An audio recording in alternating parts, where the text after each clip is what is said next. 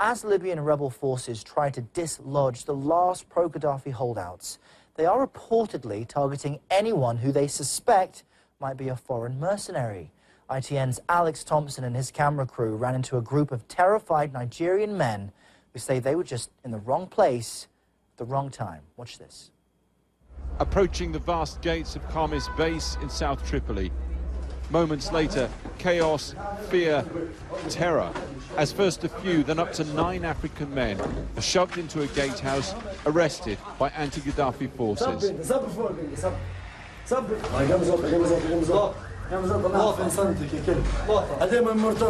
These are Gaddafi fighters. Gaddafi fighters.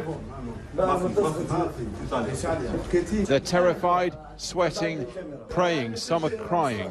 They're convinced they're going to be shot. They keep whispering to us, stay here with us, stay here, please.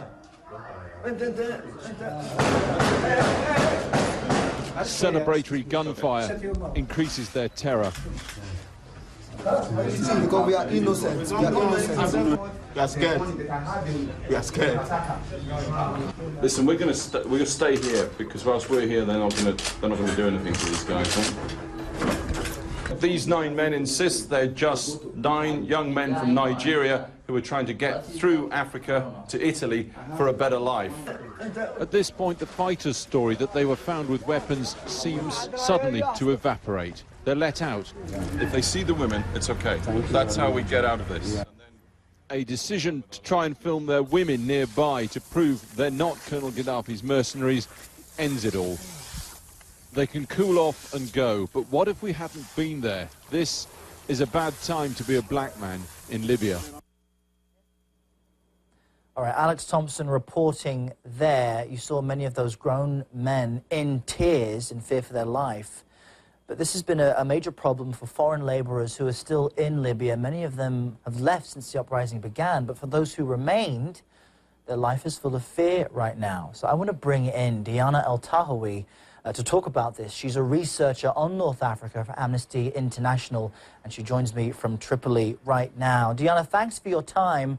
First, just explain why there's such a confusion in Libya between mercenaries and migrant workers. Well, since the very beginning of the conflict in February, widespread rumors, largely unfounded, that Gaddafi forces were using sub-Saharan Africans to commit the worst atrocities that were happening in the war, had really dire consequences on migrant workers from sub-Saharan Africa and Libya. Many of them faced revenge attacks and other reprisals by regular Libyans as well as by armed men. In fact, yesterday I was at a hospital in Tripoli interviewing an injured man. He was Libyan, but he was a black Libyan from the Tawarga region. As I was conducting the interview, a number of men, one of them armed with a Kalashnikov rifle, barged in and took him away for questioning. When I tried to ask whether they had an arrest warrant, they said they didn't need an arrest warrant and that they were taking him to Misrata for questioning. Now, the main problem is that there are all these weapons and all these groups that are conducting arrests. It's very unclear who's arresting and detaining people. Black Africans are particularly at risk, given the rumors that they have been mercenaries. We also met a group of terrified Eritreans hiding in their home in Tripoli, afraid to go out in order not to face such reprisals. Now, they had no water, no electricity, and no food, and yet they're refusing to go out in fear of being attacked. But this is what's fascinating about Libya, though. Beyond migrants coming into the country from elsewhere, there are people in the south of the country who are darker-skinned, black Libyans. And is there a bit of resentment by those in the east to Muammar Gaddafi for pouring money into the south, into those predominantly black areas? Absolutely. I mean, we've met a lot of pro-Gaddafi soldiers in detention centers now run by the opposition that are from the regions of Kofra and Sabha.